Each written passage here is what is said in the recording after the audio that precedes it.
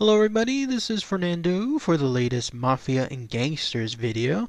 Alright, let's go ahead and we'll do a new video here based on one of your newer suggestions. Please keep those suggestions coming, by the way. I was looking at the past ones there. There's just a few that have been named, and so I was hoping if there would be any more. If there's not, no problem. I'll just pause it for a little bit and then start focusing on some other entries that I've seen online at least. This one though has to do with a pretty interesting entry in the fact that it's probably the more recent one I've ever done. A lot of the videos that I focused on, it's a lot of gangsters that were in the early 1900s, maybe even the late 1800s, so decades and decades back. This one though having to do with an entry that was just at the height of his power, probably about the late 1980s. So for all intents and purposes, it's pretty recent, and it's an interesting tale of a rise and of course an eventual fall of this person there in Detroit. And it has to do with this. You're looking at him now. His name was Richard Earl Carter, but as is always with most gangsters, he had a nickname and it went by Maserati Rick. And I'll go ahead and I'll mention in a few minutes why he got that nickname specifically. So let's go ahead and let's talk about all the interesting information associated with this gangster. So who was this Richard Earl Carter? Well, he was someone that was raised in Detroit, Michigan, born there July 31st, 1959, and he was raised right during a time period that Detroit was experiencing, I guess you could call it, its decline over the past several decades. If anyone who follows the history of Detroit knows, at one time it was like the shining beacon when it comes to American cities. But with the decline of the auto industry, the shifting of the population, it just seems like it's a city that eventually went from there to bankruptcy, if you could believe it. They've actually gone bankrupt within the past, I think it was 3 years, maybe 4 years or so, like straight out of RoboCop 2. If you've ever seen that movie, you'll know that it was a prominent storyline involving Detroit going bankrupt. And so interesting that life imitates art imitates life. But yes, he was born during that time period, and growing up as a teen, even then he was basically doing things on the bad side. For example, as a teen, he joined a car theft ring, and essentially it was just finding cars to steal, probably make them to take them to chop shops and then having them switched, sold to other places, whatever was the case. And he was pretty successful at it, so much so that he was able to purchase a BMW with some of the profits. And then beyond that, in 1977, he was also still doing bad things, in this case doing a lot of stolen goods. And that it was at that point that he first got popped. He was convicted, he was put in jail from it, and he was stayed there, I think, for a little while, at least close to 4 or 5 years. After he came out, there was just a brief period where it seems like this guy, this Maserati Rick, went through doing more things more legitimate, like working on a true business career, in this case boxing, because there he was someone that was in the boxing world first as a towel boy, and then working up towards a bodyguard and then a manager for a boxer, his own brother, in this case Greg Carter. He was able to also use this time period to mingle with legendary people in the boxing world, such as Sugar Ray Leonard and then Don King as well. But as fate would have it, during that very same time period, there was a prominent, I guess, drug lord, somebody by the name of Sylvester Seal Murray. He was someone that was able to establish a lot of supplies of heroin, cocaine, and marijuana there in Detroit. Well, it seems like he in turn was convicted. There was a huge narcotic ring, a narcotic sweep, a bust that was happening throughout the city, and he was caught in it. And so when that happened, there was a void that was left in the drug trade. And then seeing that potential profit, that opportunity now for him, that's when this guy, this Richard Carter, this Maserati Rick, decided to join in and fill that void. So he basically created a team or something along those lines, contemporaries of his, these guys guys went by the name of Chambers Brothers, the Davis family, another organization named y.b.i, another one named the Curry Boys. It seemed like from what I was reading from this information, he wasn't necessarily supplying the drugs to the people themselves. In other words, like not that direct link, but instead to the guys that would sell them to the people, if that makes sense. Like he was like almost like the wholesaler of these drugs. He found a niche, he found a way to do so, and it was actually coming from Florida of all cases. Remember, he's in Detroit.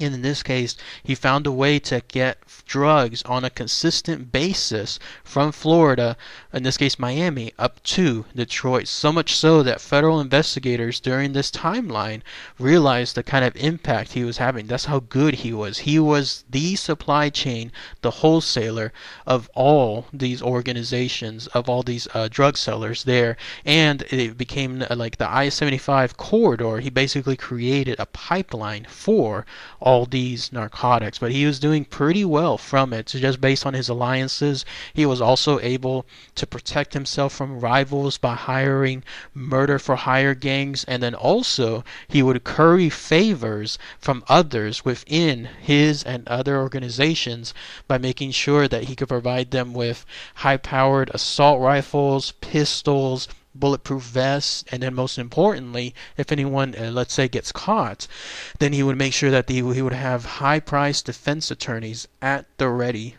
for them. So you can see that he was basically thinking of all angles in this case, and he was doing very, very well at this point. He was a multi-millionaire by the time he was, I think, in his 20s, maybe even in his 30s. Because of what he was doing. His net worth was in fact estimated to be a little over 20 million at that point. By the way, now if you're wondering how he got the name Maserati Rick, it has to do with this.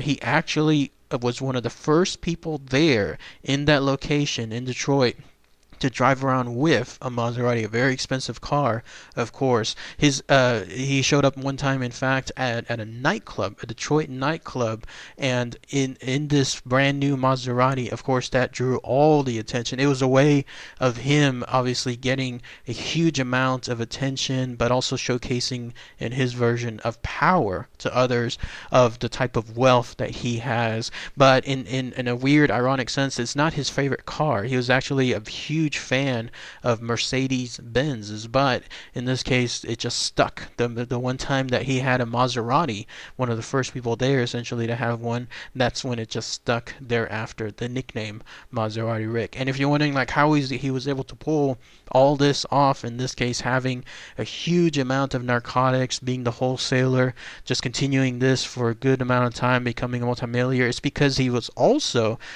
in this case smart enough to place a lot of things through small businesses, legitimate small businesses, essentially money laundering. He owned several hair salons, barbershops, car washes, and he would use these legitimate fronts to take the money earned from all those drug sales and then launder them through them. And then in one case too, for example, car wash that he owned, the idea was a car would go in there empty, and then under the protection and the shield of the car wash machine itself, you and I have seen those are the ones, those automated ones where you can go in and then the machine takes over and it nicely washes your car. The key thing though is you're basically hidden within that big metal box. Well, during that time period he would use these to make sure that the cars would go in empty and then they would come out either filled with cash or drugs. So crazy stuff. Doesn't this all make the markings of a movie, something that you could just see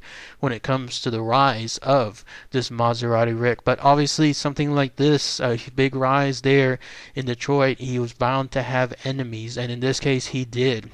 I guess you could consider his most notorious, or his nemesis was a guy I believe by the name of Big Ed, if I'm not mistaken. This was somebody. Oh, I'm sorry. This was someone else that he felt was encroaching on his territory. And so when that happened, there was a big fight between them. Multiple attempts, in fact, on their life. Big Ed tried to shoot, in this case, places that this guy owned, Maserati Rick, like the aforementioned car wash. He also struck at his mother's home too, while his mother was standing outside. I don't know exactly the history of how it all started, but in any case, the two became essentially just bitter enemies because of the turf war that was happening there. And then also, every time the police would get involved, either on one side or the other between the two, none of them would prosecute anything because they just wanted to keep it between them. Obviously, like, what can they say? Like, they were caught in a drug war battle, that wouldn't work. So they just simply refused to cooperate with police investigators, which made things difficult. But eventually, all this life, this hard life, this bad life, essentially caught up to Maserati Rick.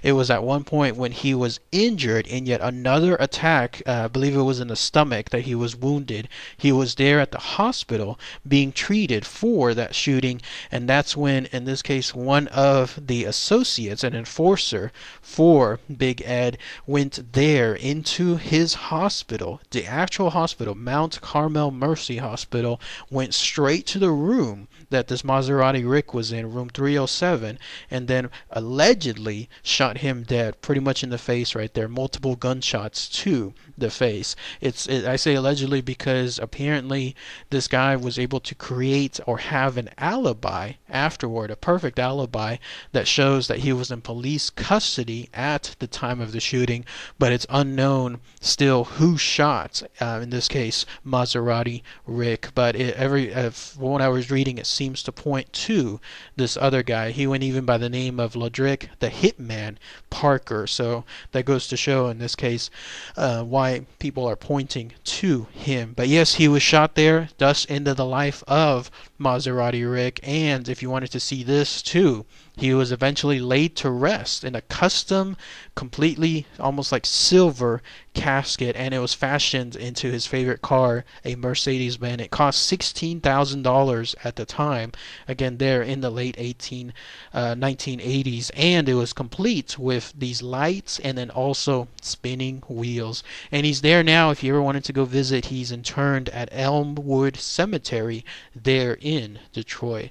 But that's it. That's pretty much the entire life, the rise and fall, in this case, of Maserati Rick. Anybody there from the Detroit area? Anybody that grew up there? Family members, co-workers, whatever is the case? Since this is a pretty recent tale, again from the 1980s, if anyone knows any more info, something I might have missed, please post those comments below. That would be great to hear. And again, doesn't this make the perfect markings of a movie, something that you would see within like a theater, like watching like American Gangster, the really good film with Denzel Washington and Russell Crowe. When I was reading this information about Maserati Rick, I was thinking a team like that could create something really good like this, showcasing the life of this guy. So, but that's pretty much it. So, all right, thanks everybody. Have a great day.